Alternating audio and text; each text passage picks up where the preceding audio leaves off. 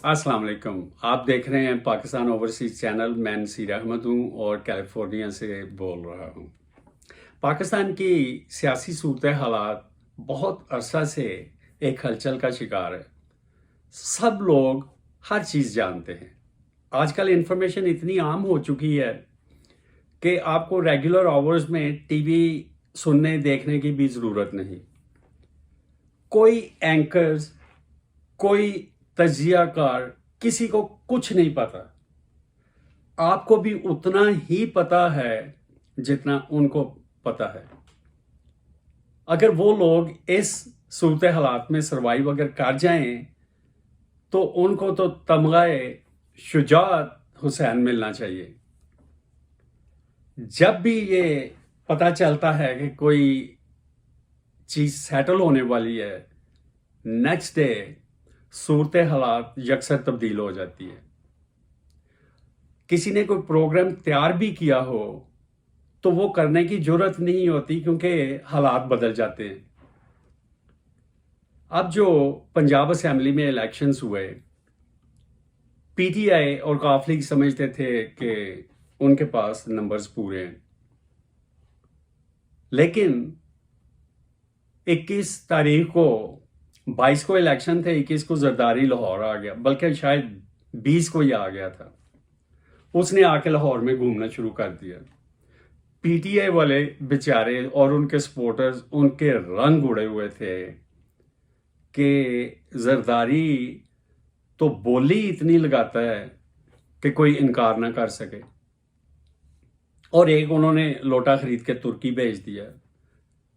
और जब 21 तारीख को जरदारी चौधरी शुजात हुसैन के घर जाके बैठ गया, तो यहाँ पे जो ओवरसीज, खासकर कैलिफोर्निया की मैं बात कर रहा हूँ, जो पाकिस्तानी थे, खवातीन, मर्द, सब वो बेचारे इतने परेशान, हैरान, उनके रंग उड़े हुए थे क्योंकि उनको यकीन था कि पीटीआई और काफ लीग नंबर्स होने के बावजूद, इलेक्शन जीतने के बावजूद, ये चीफ मिनिस्टर का इलेक्शन नहीं जीत सकेंगे क्योंकि जरदारी लाहौर में घूम रहा है और वो बड़ा पॉकेट है इन चीज़ों में, उसके लिए तो ये कोई बड़ी बात ही नहीं।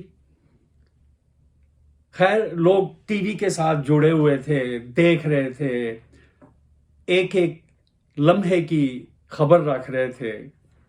औरतें बेचारी यहाँ पे कुछ आयतें अल कुर्सी पढ़ रही थी, कुछ यासीन पढ़ रही थी, दुआएं मांग रहे थे, क्योंकि यहाँ पे लोग काफ़ी तादाद में इमरान खान को सपोर्ट करते हैं। तो उनके रंग उड़े हुए थे और जरदारी जाके चौधरी शुजात हुसैन के घर में बैठा हुआ था और उसने 5 चक्कर लगाए, आता जाता आता जाता। एक दफ़ा तो वो 5 घंटे वहाँ पे बैठा रहा। मेरा दोस्त डॉक्टर है, तो उसको जाना पड़ता था हॉस्पिटल में राउंड करने के लिए।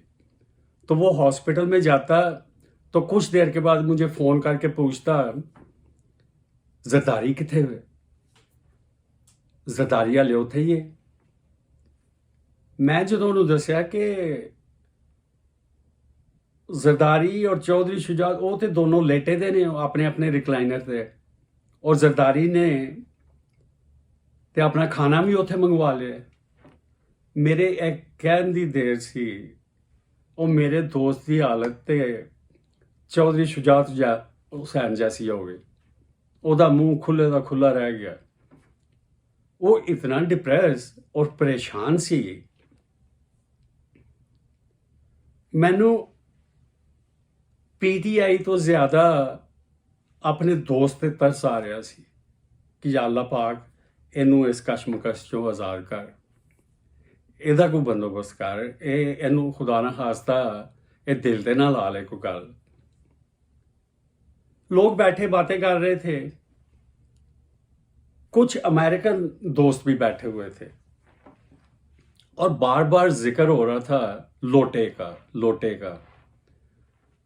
तो पाकिस्तान में 2 चीजें इस वक्त कंट्रोल में नहीं है, एक डॉलर, दूसरा जरदारी। और जरदारी चैंपियन है लोटे खरीदने में। इसका नाम गिनेस बुक ऑफ रिकॉर्ड में आना चाहिए। और वो दंदनाता फिर रहा था, और फिर लोगों को यकीन नहीं था यहाँ पे कि ये इलेक्शन खैर असलूबी के साथ अंजाम पाएगा। कुछ अमेरिकन फ्रेंड्स बैठे हुए थे, तो एक अमेरिकन खातून मेरे साथ बैठी हुई थी, गोरी अमेरिकन। तो वो मुझे पूछने लगी कि लोटा असल में होता क्या है। ਉਹਦੀ ਗੱਲ सुन के मैं घबरा गया। मैं क्या कि ਇਹਨੂੰ मैं समझावां कि ਇਹਨੂੰ मैं की दसा कि लोटे तो बगैर ते असी किसी काम दे नहीं, और असी लोग ते लोटे दा वसा नहीं खांदे। और ਇਹਨੂੰ मैं किस तरह समझावां कि लोटा हुंदा की है, असल लोटा, और ਉਹਦੀ शक्ल की हुंदी है,